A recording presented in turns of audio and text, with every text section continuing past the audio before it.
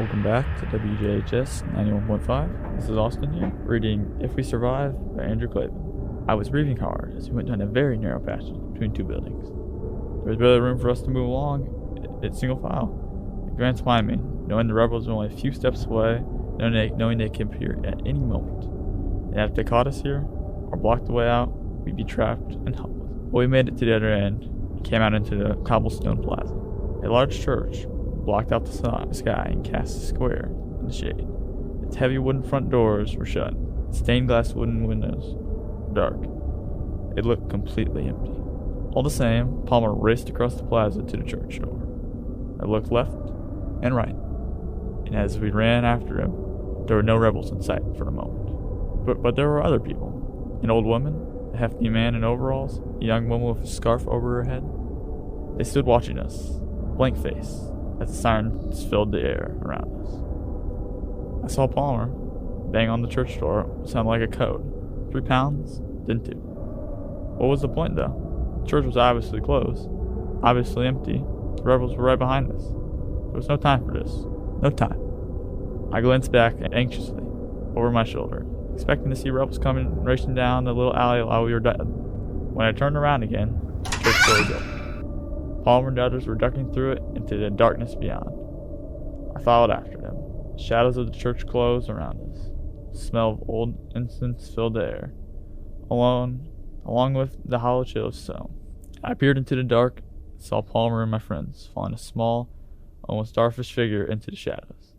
As I moved to join them, I felt eyes on me. I looked around and saw statues against every wall. The statues seemed to be staring at me. There was an angel with a sword, a man with arrows in him, the Virgin Mary, Jesus with his hand upraised to give a blessing. All of them were carved out of wood, their faces painted, their eyes seemed to follow my movement as I hurried past. Up ahead, there was a raised altar with a carved pulpit. A wooden Jesus hung on a cross behind it. On the floor, just below it, there were several tombs, stone boxes set in a row against one wall. Palmer and the dwarfish figure reached one of the tombs. They stood shoulder to shoulder on one side of it and began pushing up to it. The heavy slab shifted with a grating noise. I shivered, watching them. It seemed a gruesome enterprise.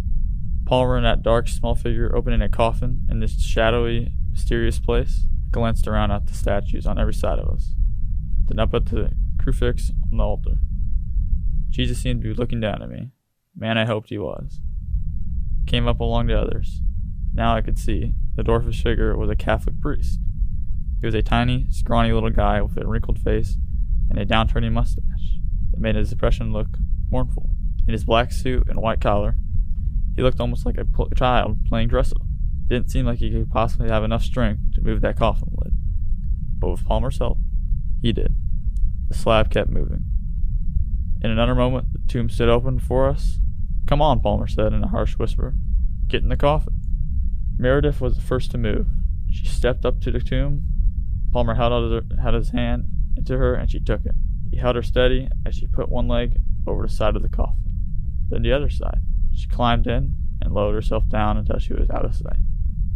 Nikki came forward next. I could see the fear in her eyes, even in the shadows. Palmer helped her over the side as he held Meredith. Again, I watched her as she sank down in the stone box. Jim took a deep breath and followed. Then it was my turn. I swallowed hard as I approached the tomb. I had this idea in my mind that I would look over to see Meredith and Nikki and Jim, and they're all huddled together with a long, rotten corpses lying close beside them. Stepped up to the side of the coffin and looked down. If you enjoyed this story, If We Survive by Andrew Clavin, then you can find more stories like this one and other products from our media studios. Search for our channel called WJHS Studios and subscribe. This was Austin speaking for 91.5 WJHS.